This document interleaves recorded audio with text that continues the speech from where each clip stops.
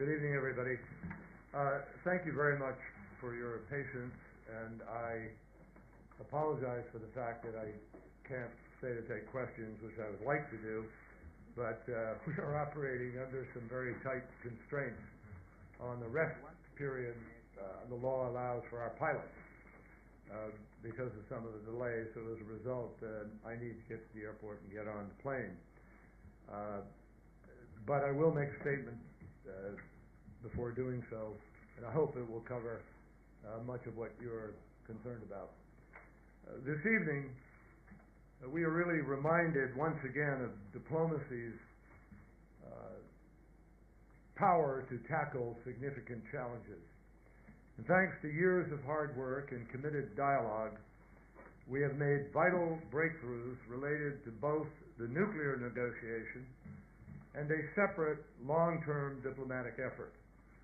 I'm very happy to say that as we speak, we have received confirmation that 5 Americans who had been unjustly detained in Iran have been released from custody, and they should be on their way home to their families before long, shortly.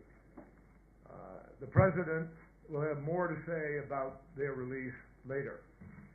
But I can tell you one thing.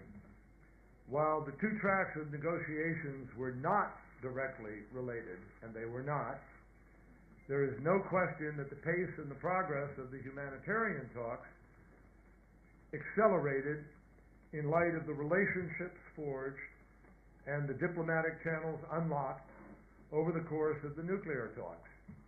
And certainly in the time since we reached an agreement last July, there was a significant pickup in that dialogue. We have also reached a critical and auspicious milestone on the nuclear issue as well. Today, more than 4 years after I first traveled to Oman at the request of President Obama to discreetly explore whether the kind of nuclear talks that we ultimately entered into with Iran were even possible, after more than 2.5 years of intense multilateral negotiations, the International Atomic Energy Agency has now verified that Iran has honored its commitments to alter and in fact dismantle much of its nuclear program in compliance with the agreement that we reached last July. I want to thank the IAEA and Director Amano for their significant efforts in this regard, and I know that he will go tomorrow to Tehran to begin the process of the full implementation. To get to this point, ladies and gentlemen, Iran has undertaken significant steps that many, and I do mean many, people doubted would ever come to pass. And that should be recognized, even though the full measure of this achievement can only be realized by assuring continued full compliance in the coming years.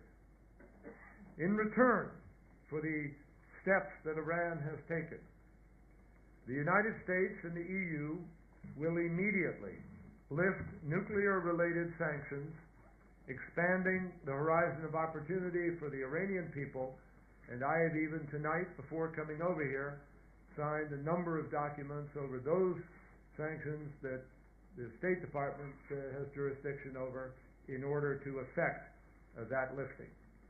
In the words of the agreement itself, today, January 16th, 2016, we have reached implementation day. Today marks the moment that the Iran nuclear agreement transitions from an ambitious set of promises on paper to measurable action in progress. Today, as a result of the actions taken since last July, the United States, our friends and allies in the Middle East, in the entire world, are safer because the threat of a nuclear weapon has been reduced. Today, we can confidently say that each of the pathways that Iran had toward enough fissile material for a nuclear weapon has been verifiably closed down. That begins with the uranium path. Before the negotiations began, Iran was adding rapidly and without constraint to its stockpile of enriched uranium. As it committed to do back in July, Iran has now reduced that stockpile to less than 300 kilograms, sending the rest of it out on a ship which has gone to Russia to be processed there. That means that their current level of enriched uranium is 2% of what it was before we completed the agreement, and the rest is shipped out of the country. Iran has also removed a full 2/3 of its centrifuges from nuclear facilities, along with the infrastructure that supported them. They've literally taken it out, dismantled, stored. That includes nearly all of its advanced centrifuges. And the removed hardware is sealed up under around-the-clock monitoring by the IAEA. Iran has now ended all uranium enrichment at its Fordow facility, disconnected all related centrifuges, and removed all fissile material from the site. The second path open to Iran was the plutonium path. Before we sat down at the negotiating table, Iran's heavy water reactor at Arak had the potential, when and if it became operational, to produce enough weapons-grade plutonium annually to fuel 2 nuclear weapons. Iran has now begun the process of modifying the entire Arak reactor so that it will only be used for peaceful purposes. It has removed the reactor's core and filled it with cement, ensuring that it can be never used again. Finally, the third path, the most troubling path in many respects, was the potential for Iran to pursue enough fissile material for a weapon covertly, using a facility not publicly declared. Now, before the talks started, the IAEA did not have assured access to investigate locations at which undeclared nuclear activities might be carried out. It also lacked the ability to track uranium as it was mined, milled, and then turned into yellowcake. Today, the IAEA has put in place every one of the extensive transparency and verification measures called for in the agreement. That means, in addition to the 24/7 monitoring of all of Iran's declared nuclear facilities, the IAEA now has visibility and accountability of the entire supply chain that supports Iran's nuclear program, from start to finish. From uranium mines and mills to centrifuge manufacturing and operation. So today, Iran would need far more than one covert facility in order to try to break out. It would need to develop an entire covert supply chain from start to finish, which experts around the world agree is not possible without early detection. As I said, the steps that Iran has taken to fully implement the nuclear agreement have fundamentally altered the country's nuclear program.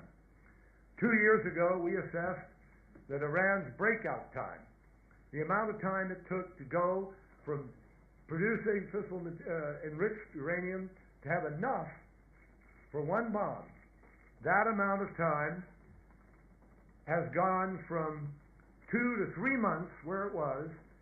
Now, today, we are confident that based on the reductions in its stockpile, reductions in its centrifuges, it would take Iran at least a year to try to break out of the agreement, kick out the inspectors, accumulate the amount of fissile material needed for a single bomb.